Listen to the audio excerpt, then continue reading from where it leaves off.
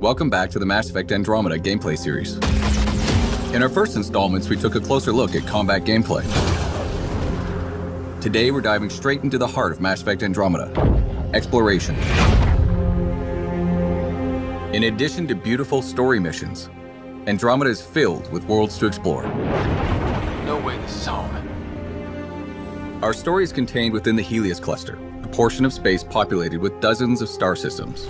And the Tempest is where that exploration begins.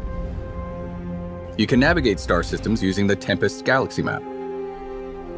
From planets to moons, to anomalies and starships, wherever you are in Helios, you'll now be able to see everything that exists outside the ship's main windows in real time. In Andromeda, there are over 100 planets to discover, and a handful of beautifully crafted worlds can be landed on. And that's where the adventure really begins. Each world you visit has its own story, its own characters, and of course, its own challenges. Today, the world we're going to visit is called Eladin. Exploring the opening landing area called Paradise, you'll quickly discover that the heat on this planet can be deadly. Water is scarce, and mysterious ancient artifacts dot the landscape guarded by dangerous remnant creatures. Basically, to live here, you have to be desperate, or Krogan. But even the Krogan aren't happy, and they don't trust anyone from the Initiative, least of all a Pathfinder. How you deal with the Krogan and these challenges will ultimately determine your success on Eladin. We need the Krogan, and the Krogan need us. Before you set out, you'll get an update from your AI, pointing out key locations. The Remnant monolith suggests this was indeed supposed to be a golden world. We're going to start the adventure by heading over to the Krogan colony, but the choice of where to go is ultimately yours. Our all-terrain rover, the Nomad, is key to quickly covering the expansive landscapes throughout Andromeda. You can also enhance the Nomad with a series of functional upgrades designed to give you better turbo boost, higher jumps, better handling, and more. While you're exploring, one of the key objectives will be to discover locations to call down forward stations. Once found, each of these will act as a fast travel point and allow you to change your loadout or call the Nomad if it gets lost or destroyed. They also offer resupply and protection from any environmental hazards. Our conversations at the Krogan colony point us in a few directions. Exiles are causing trouble at their base, the Flophouse, and a derelict remnant ship may have a drive core the Krogan are in desperate need of. Let's head to that ship and see what we can find. Out here, we are more exposed to the heat. In Andromeda, all of the planets have localized and/or global hazards. The Pathfinder and the Nomad are both separately outfitted with life support systems that help protect against these hazards. But once you run out, you'll need to find a safe location or a forward station to recharge. I'm reading a normal temperature range, Pathfinder. As you travel throughout the world, you'll find new areas to explore, new characters, and new storylines. Ultimately, all of these discoveries will help raise the viability of the planet. Increasing planet viability does two things: allow for the creation of an outpost, and upgrade the Nexus, the Andromeda Initiative space station. Before a planet can support an outpost, you'll first need to get its viability to at least 40% by pacifying threats, allying yourself to locals, solving environmental problems, and accomplishing specific tasks related to that planet's story. For example, in the case of Eladin, your relationship with the Krogan will determine whether you can build here or not. Regardless of whether you build an outpost, your exploration and discoveries will also give you Andromeda viability points. Reaching thresholds will allow you to upgrade the Nexus and wake up more colonists from cryosleep. Who you decide to wake up will determine what perks and advantages you'll get. Will you wake up scientists to give you an edge in research and development? Military personnel to give you an edge in combat? Or merchants to give you a leg up when trading? But of course, not everything on these worlds will be so straightforward. Andromeda holds many mysteries, not the least of which is a vast network of ancient vaults. Simply figuring out how to access one of these vaults is a challenge in and of itself that can take you across an entire world. Once inside, you'll need to rely on skills from every element of Andromeda gameplay, including exploration, environmental navigation, puzzle solving, and combat to get them back online, and then make it out alive. Go! And resolving the mystery of these vaults may just hold the key to survival in Andromeda. This is unbelievable. At its heart, Mass Effect Andromeda is a game of discovery and exploration. The choices you make and the places you go let you blaze your own unique trail through Andromeda. Whether you're exploring the depths of a crashed starship or delving into the core of an active volcano, the more you engage with the world around you and the characters in it, the more that world will surprise you with what's waiting just around the corner. It's really gonna be something, isn't it?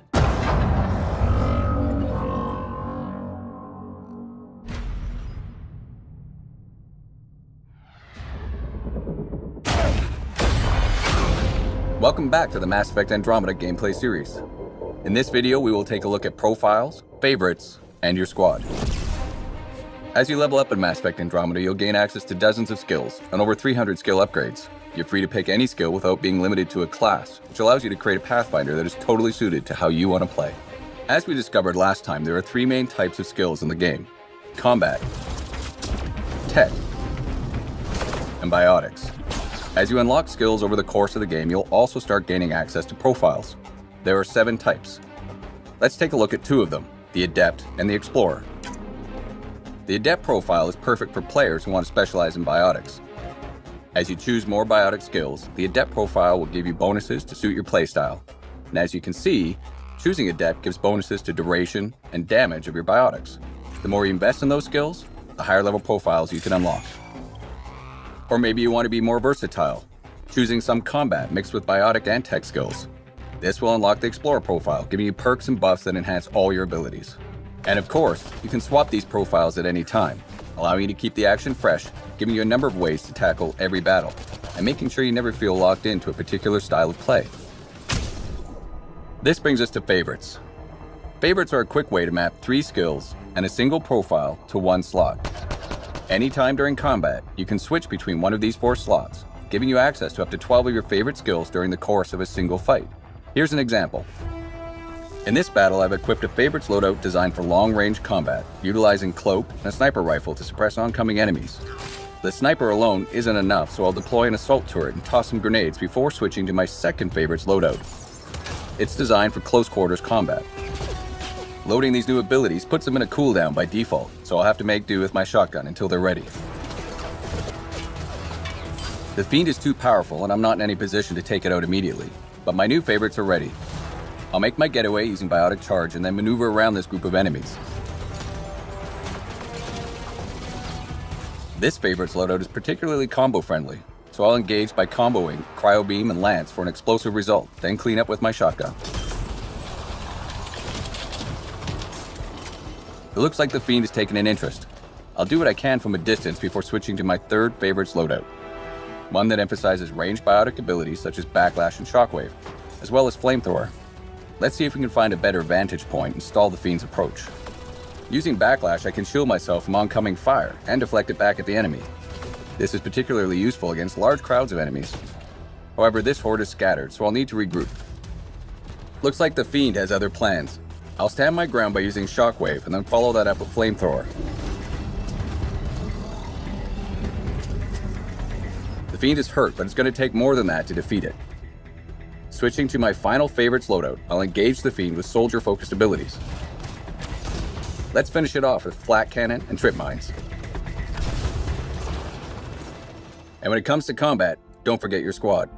Each of your 6 squad mates has 3 active and 2 passive skills. In this case, Cora uses her biotics as a support character, and Drac is a bruiser who can soak up lots of damage. Not only can you set your squad up around the battlefield, ordering them to defend locations, attack targets, or rally to your side, but you can also team up with them for devastating power combos.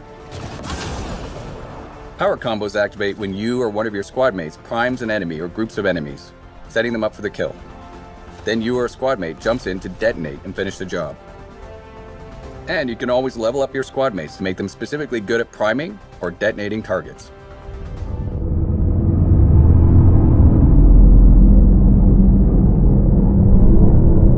We're explorers first, but it's a new galaxy. We need to be ready for any situation, including combat. I'm Liam Costa, Security and Response Specialist for the Pathfinder team. Before we set out, you need some basic firearms and mobility training. The name of the game is adaptability. Only so much cargo space on the arcs, so initiative weapons and armor, designed to be customized multiple times in the field. There's 4 main types of guns to work with: pistols, shotguns, assault rifles, and sniper rifles. Pistols are your standard medium to short range weapon. Easy to aim and fire, and low recoil so you can shoot on the move. Lightweight, quick to reload. When you're ready to punch it up a little, Carnifex pistol with grenade launcher augmentation for the advanced user. Next, shotguns. Perfect for getting in close. Shotguns are simple. For large targets, grouping, or just some extra kick. They hit hard with a wide shot pattern. Like all our kits, they're highly adaptable. A personal favorite, katana with laser shells. For obvious reasons. Next up, assault rifles. High rate of fire for covering fast targets and making short work of shields. And if you watch your recoil, good at distance too. If you can see your mark, chances are you can hit it. Augmentation of choice, Avenger with electrical conduit. Last in the queue, sniper rifles, the heavy hitters. High-powered, accurate, and long range. They'll take down almost anything while it's still a speck in your scope. Now, guns aren't everything. Close quarters training is a must. Do you have the finesse for an Asari biotic sword? Or the muscle for a Krogan hammer? Some of you have biotic implants, or advanced Omnitool tech. Biotic abilities can shape the world, and if fighting is unavoidable, they'll be your go-to. Any object can be a projectile, even your target, or just toss them into the air and give squad mates an easy shot. When you're manipulating combat at a gravitational level, almost anything is possible. Omnitools are tools, and they're just as useful for defense and offense. With tuning and training, they can be outfitted to freeze, burn, or electrify. And never underestimate a tried and true Omniblade. Options are key. I prefer a little of everything, but if you focus on certain skills, you can do amazing things. Biotic Specialist, Adept is the path for you. Feeling tactical, Sentinel is the way. Want to get in fast and shake things up? Vanguard. Have a look at each specialization, and you'll get an idea of what they can do, what you can do. Last but not least, let's talk mobility. Fun mobility. Jump jets. Need the high ground? You've always got it handy. A quick dash will get you out of an attack path. Like everything else, jump jets are adaptable if things get rough. Nothing better for exploration. The initiative is about a new beginning, pioneering. With the right gear and the right skills, we'll be ready for anything. Everyone has a role. And most importantly, we've got each other's backs.